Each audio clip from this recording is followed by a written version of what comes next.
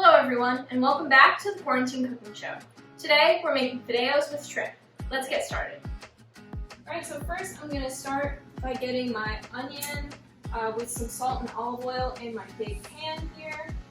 You can also start by heating up a pot of chicken broth because we're going to need that later for the pasta.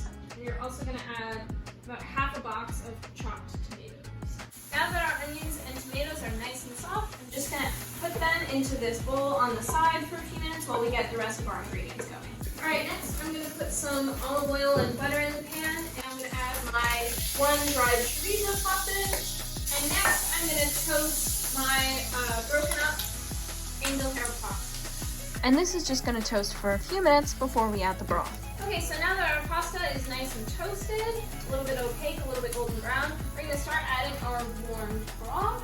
And I'm just going to keep gradually adding the broth. You'll know when you're ready to add more when you can see that the pan is dry when you move your spoon. Now I'm going to add the rest of my tomatoes and onions that I cooked earlier.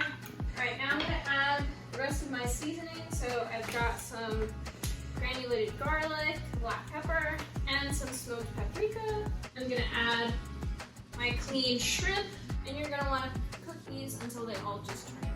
If you don't want to use shrimp, you can always use any other protein that you like. I'm going to add some frozen peas.